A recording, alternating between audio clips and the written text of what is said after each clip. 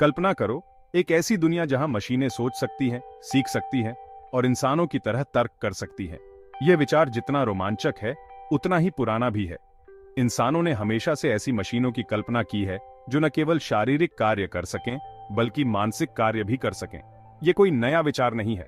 प्राचीन समय से ही लोग ऐसी मशीनों के बारे में सोचते आए हैं जो बुद्धिमान हों और इंसानों की तरह सोच सकें। सदियों से इंसानों ने कहानियों और किंवदंतियों में ऐसे बुद्धिमान मशीनों की कल्पना की है। ये कहानियां हमें यह बताती हैं कि इंसान हमेशा से यह जानने के लिए उत्सुक रहे हैं कि क्या मशीनें भी उनके जैसा सोच सकती हैं। जैसे प्राचीन यूनानियों के पास हेफेस्टस थे, जो धातु से बुद्धिमान प्राणी बनाते थे। हेफेस्टस की कहानियां हमें यह दिखाती हैं कि कैसे प्राचीन लोग भी मशीनों की बुद्धिमत्ता के बारे में सोचते थे। यहूदियों की कहानियों में गोलेम था, जो मिट्टी से बना एक जीवित प्राणी था। गोलेम की कहानी भी इसी प्रकार की है, जहां एक निर्जीव वस्तु को जीवन और बुद्धिमत्ता दी जाती है। ये कहानियां दिखाती हैं कि कैसे इंसान हमेशा से सोचते आए हैं कि क्या मशीनें भी उनके जैसा सोच पाएंगी।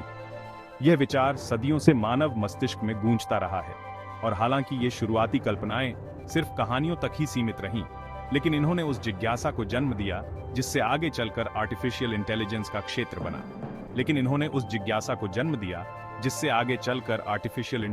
क्षेत्र बना। यह जिज्ञासा और खोज की भावना ही थी जिसने इंसानों को नई नई खोजें करने के लिए प्रेरित किया।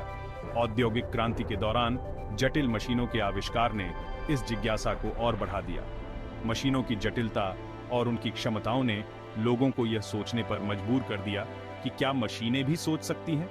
जैसे जैसे मशीनें और ज्यादा उन्नत होती गईं, वैसे वैसे लोगों ने सोचना शुरू कर दिया कि क्या ऐसी मशीनें बनाना संभव है जो सिर्फ शारीरिक रूप से ही नहीं, बल्कि दिमाग से भी इंसानों की एनक्यूएल कर सके। यह विचार धीरे धीरे विज्ञान और तकनीक के क्षेत्र में एक महत्वपूर्ण विषय बन गया। 20वीं शताब्दी की शुरुआत में गणित, तर्क और गणना के क्षेत्र में बहुत प्रगति हुई, जिससे एआई सिर्फ एक कल्पना से हकीकत बनने की ओर बढ़ने लगा।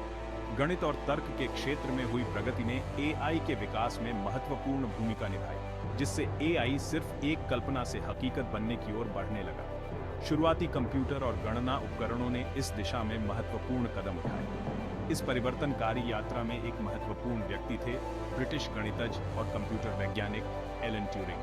ट्यूरिंग ने यह सिद्ध किया कि मशीनें भी सोच सकती हैं, और उन्होंने एआई के विकास में महत्वपूर्ण योगदान दिया। एलन ट्यूरिंग को आमतौर पर सैद्धांतिक कंप्यूटर विज्ञान और आर्टिफिशियल इंटेलिजेंस का जनक माना जाता है। दूसरे विश्व युद्ध के दौरान जर्मन एनिग्मा कोड को तोड़ने में उनके काम ने न सिर्फ युद्ध का रुख बदलने में मदद की, बल्कि आधुनिक कंप्यूटर के विकास का रास्ता भी खोला। हालांकि एआई के क्षेत्र में ट्यूरिंग का सबसे बड़ा योगदान उनका 1950 का शोध पत्र था, कंप्यूटिंग मशीनरी एंड इंटेलिजेंस।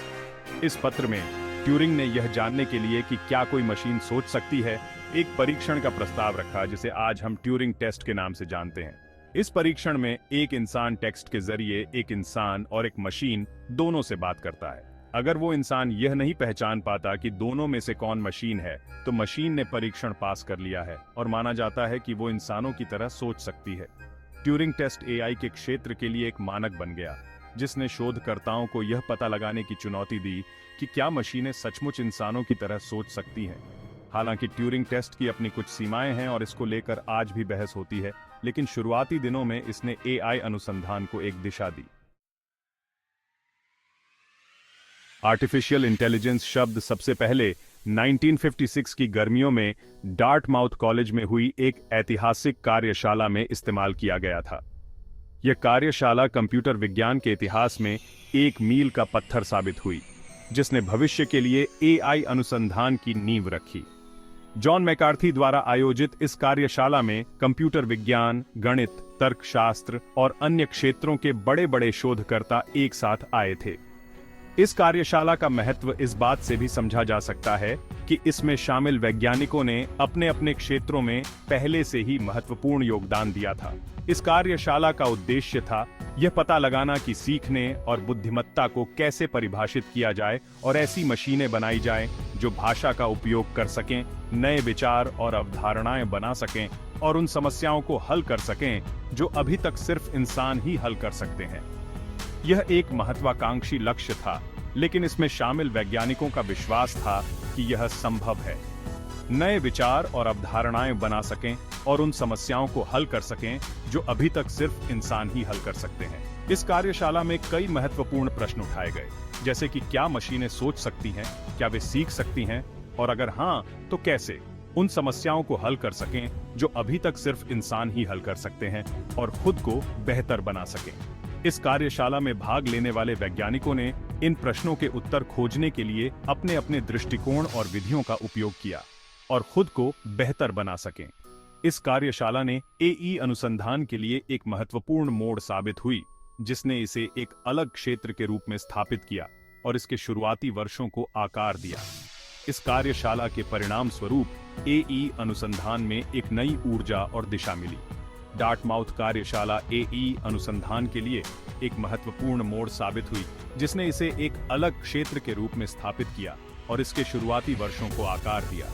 इस कार्यशाला ने एआई के क्षेत्र में एक नई दिशा और दृष्टिकोण प्रदान किया, जिसने आने वाले वर्षों में इस क्षेत्र को आगे बढ़ाने में मदद की। इस कार्यशाला में भाग लेने वाले लोग आगे चलकर एआई के क्षेत्र के महान व्यक्ति बने, जिन्होंने अगले 2 दशकों में बहुत महत्वपूर्ण योगदान दिया। इन वैज्ञानिकों ने एआई के विकास में महत्वपूर्ण भूमिका निभाई और इस क्षेत्र को नई ऊंचाइयों तक पहुंचाया। इस कार्यशाला के बाद के वर्षों में एआई अनुसंधान में बहुत उत्साह और आशावाद दिखा।